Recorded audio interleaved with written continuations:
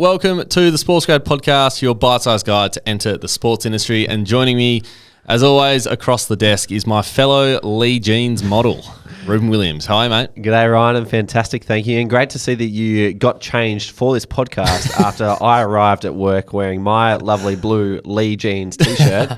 And you thought, gee, that looks good on Ruben. I'm going to go put one on myself. So yeah, I've sunk myself into a hole there. I must say, I didn't know you were wearing Lee, but you had all morning to see what I was wearing. Well, I got to work and funnily enough, there was a rip in my shirt and I don't know how I didn't see it before I left the house this morning. Probably says a lot about me. But if you're watching on YouTube, we're both wearing Lee. So shout out to Lee. Not supporters of the podcast, but soon to be. Soon to be after they see this. But how are you, mate? How good was Adelaide? Adelaide was meetup. Adelaide was sensational. Maybe that's the cause for your t-shirt. But yeah, we had an amazing turnout there. I reckon there was 40 people that came through the West Oak Hotel. It was phenomenal to meet so many students from Uni SA, Uni of Adelaide, and around the place, as well as people from the T20 World Cup who came down and decided that they want to recruit some people on the night for the tournament happening in October. So that was absolutely sensational too. Yeah. The SACA, the South Australian Cricket Association, were there. Football, South Australia were there too. Yeah. Active Exchange too. There was just so many people who'd come together in Adelaide. Oz Cycling, might have mentioned. So phenomenal. Table Tennis Australia. Table Tennis Australia. We can go on and on. We could go on. And guess what? We get to do it all again. Yep. We get to do it another 3 times. Next week, we're in Sydney, the 30th of June. If you're in Sydney, come and say hi. Melbourne is happening the very next day on the 1st of July, and then Brisbane a week later on Thursday, the 7th of July. So if you want to get involved with either of those events, there's a link in our show notes to register. There's still tickets available. We had to change the venue for the Melbourne meetup because it sold out. It was so popular that all the tickets got snapped up immediately. So we've had to change the venue. So get along. Adelaide was amazing. The next 3 are going to be just as good. So make sure you don't miss out. Yeah. Harlow rang me up and said, hey, you know what? It's getting to be big. We're going to have to shift you over to Fargo down the road on Swan Street in Richmond in Melbourne. This is Melbourne meetup I'm talking. And we thought, hey, we've got to do it. Absolutely. We've got to do it. So Fargo it is. Great venue. Fantastic venue. So we're very, very excited about that. But let's get cracking with this episode. It's going to be an absolute belter. I'm Ryan Walker. He is Ruben Williams, and we are 2 mates who met at Cricket Australia, and now we help people find their own dream job through this very podcast and our online community. If you want to follow us, head over to LinkedIn, or even better, if you want to connect with us and hundreds of others working in sport, jump into the SportsGrad community. And a quick shout out to all of our SportsGrad community members. In particular, Ben Studley, our man up in Sydney, has just got a brand new job with Venues Live as a membership sales and service coordinator. So well done to Ben. He was working in a phone shop when I spoke to him a couple of months ago. And he's been plugging away. He's been very active in the community, using all the resources, and he's changed that phone sales job into a role inside membership services at Venues Live, which do all the stuff out around Olympic Park. Yep. So well done, Ben. Fantastic to hear you've got your foot in the door. If you are like Ben and you're looking for a foot in the door of the sports industry, make sure you become a SportsGrad community member. Or if you like Venues Live who want to hire great people like Ben, then jump in. You can save a whole lot of time and money doing it through SportsGrad. Or if you're just like us, you're kind of early in your career and you want to network, gain a lot of perspective about what's happening in the industry, there are just a phenomenal range of people inside the community, from the likes of Cricket Australia, Netball Australia, the AFL, Tennis Australia, all the AFL and NRL clubs. It's just going off. There's so many amazing people inside. So if you want to network, get inside there too. There's something for everybody. Absolutely. Great place to work. Venues Live up in Sydney. So many venues. Very cool. Alrighty, Rubes, we do this at every episode, but we've got to give some love to our good friends at Deakin who have been with us since day dot. So we absolutely love the support from Deakin University. A new national survey done by Deakin University said that nearly every Australian, that's 97%, believe that Australia is a sporting nation. There is still a bit of low awareness out there about the projected industry growth and and career potential in sport. Well, it's about to go off. It's about to go off with the absolute golden decade. So, we are about to host, I think it's 10 major sporting events in the next 10 years, global sporting events, which is a huge opportunity, and it's going to generate thousands of job opportunities out there for the people. So if you want to be the ones first in line for those jobs in the golden decade, study with the world's best at Deakin University. Visit deakin.edu.au/sport at Deakin, and Deakin is ranked number 1 in the world for sports science and 6th in the world for sports-related subjects. So get along and take a look at that. Fantastic institution, massive opportunity coming up. Now, Ryan, you mentioned this is a belter of an episode. What are we talking about today? A belter of an episode that I've prepared. Says it all, really. But this topic is something I'm passionate about. I love this stuff. And it's 5 things not to do when you network in person. I do love this because we've been to a few networking events. We can see the do's and don'ts. And, there is no rule book to networking nights. We both know that. But we've gone through before. We went through last week how not to be awkward when you're networking. That's a whole different subject. But we thought, let's go through the things that you just don't do, the things that annoy people, the things that you don't want to do to make a good impression. Things that you don't want to be known for. Yeah, absolutely. So this is a bit of a fun episode. Yep. But we've come up with 5 things that are crucial that we think for you not to do when you're networking. I haven't stopped thinking about what I'm doing with my hands after the last episode, so I'm excited for what you've got planned here. Someone actually said that to me the other night. They said, "What are you doing with your hands?" And I'm like, "Well, I'm going to go get a drink." Yeah. So there's something.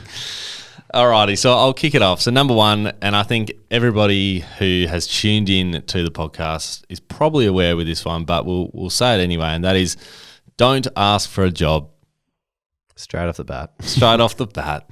Just don't do it, all right? Now, unless someone has said to you, I'm looking for someone right now, do you want a job? My Lord, say yes. That's a great opportunity. Go for that job. But if they haven't, just leave the job ask for now. Leave it at home. That'll come down the track maybe. You shouldn't be asking for jobs anyway, but just leave that at home. No one wants to be put on the spot like that. My junior cricket coach, Bob Angley, listener. When I was playing under 12s cricket, at cricket training, everyone wanted to be the first to bat. And he had a rule that was, if you ask, you go last. Yeah. And so I never asked to bat earlier than I got told to. Yep. Same goes for a job. If you ask, you go last. I absolutely love that. Well, thank you. That's a great example. But yeah, it's exactly right. Number 2, don't delve straight into work conversation, absolutely guns blazing. Build some rapport with someone first. Stay calm, relax.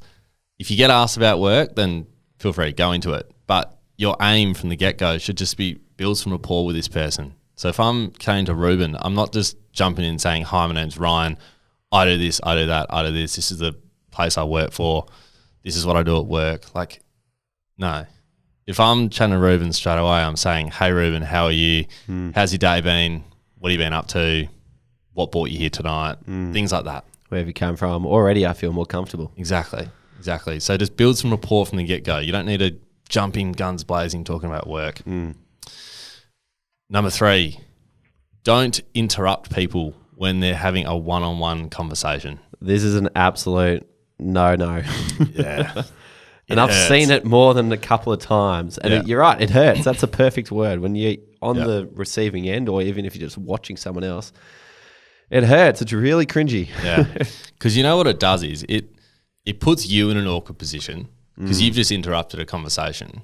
So the 2 people there are currently like, wait, I was just talking to someone. But it also puts the person that you want to speak to in a really awkward position as well, because at the end of the day, they've got to then choose, am I going to say goodbye to this person who they've given me their time and blah, blah, blah, or I've got to choose this person who's just interrupted, and that's probably going to make me look bad because I've just chosen that. Yeah. So that's what you don't want. You don't want to put people in those tough positions. Yeah. So if you really want to speak to someone, just wait. Read the room. Read the room. Wait for them to get out of that conversation. If you're really desperate to go and see someone, then just say, I'll catch you afterwards. I'll give them a tap. Say, I'll be keen to chat. I'll catch you when you finish up. Yeah. That's just giving them the respect to finish the conversation. Absolutely. Because I think if you do the alternative, it's just downright rude, and you don't want to be known as a rude person. No, absolutely not. Fantastic. Number 4, don't just stand on the side. Look for an opportunity to inject yourself. And I know this might be a really generic one for someone to hear, but I think what this is about is looking for those opportunities to get into a conversation. So you might rock up and there's no one your mate's hasn't come with you yet, haven't arrived, and you're thinking, oh Christ, where am I going to go here?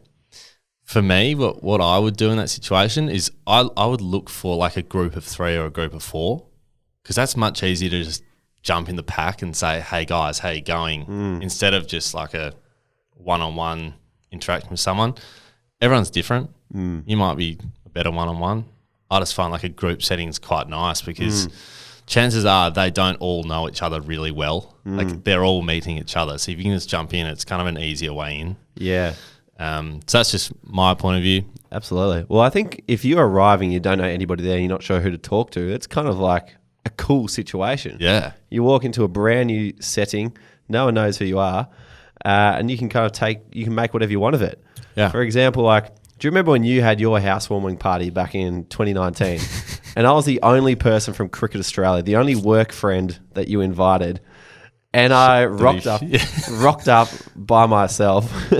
Was this in Richmond? Yeah, this is in Richmond. Yeah. And I was like, I don't know anybody here, but that's great. I can do anything. It can be anyone. Yeah. And just arrive thinking, I'll meet some cool people. I'll just have a chat to a few people. So yeah, it is and it turned out to be great. And met all your friends. They were lovely. Yeah. And had a great night because of it. But I really felt the pressure taken off because I was like, I don't know anyone here. Let's just got nothing to lose. Got nothing to lose. That's it. Yeah. No, I love that. Love that. Great insight from Rubes, and it was a great house party too. It was. Finally, number 5, don't ask someone to connect on LinkedIn after talking to them for 1 minute. Mm-hmm. You want to – it's kind of like the job one.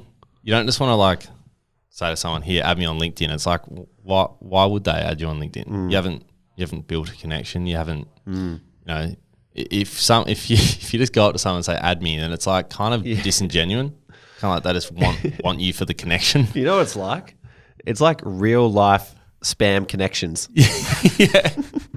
Imagine walking up to someone and say add me. Add me. That's what people are doing without having introduced themselves online. Yeah. Here's my phone. Add me. Yeah. Don't do that. If someone wants to, if you want to connect with someone on LinkedIn and you really want it, then you could do it the next day because you would have had the conversation with them and got to know them. Yeah. And that way it's a bit more genuine. Absolutely. And you can kind of flag it with them too. Like if you've been chatting with them for 5-10 minutes, you're starting to get to know each other, it's perfectly reasonable to say, are you on LinkedIn? Cool, I'll add you. Yeah, totally. Totally. But have a genuine conversation first. Yeah. And see how you go with that. If they ask you, then great, go with it. But just make sure you have some genuine convo. Yep. Cool. Well, that's 5. Brilliant. Awesome. Yeah. I've now got a few guardrails to walk between when I go to these meetups in Melbourne, Sydney and Brisbane coming up, but they are terrific. Could almost have them as handouts. Yeah. That'd be fun. Little sign of the door. Don't do this. If someone does one of them, just sound the alarm. Yeah. No. Fantastic. Well, for those who were in Adelaide last week, a big thank you for coming along. We had an incredible night. We really appreciate everyone who turned up.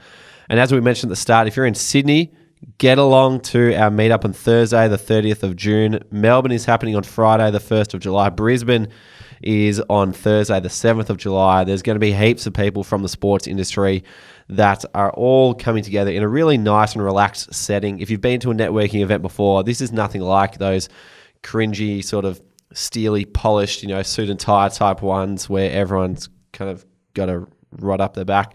So this is going to be nice and chilled. It's going to be a really relaxed way and an easy setting to get to know lots of people. So if you want a ticket, head to the link in our show notes where you can register or find out our events on our LinkedIn page and make sure you get involved. They're going to be bigger and better every single edition. So make sure you jump in.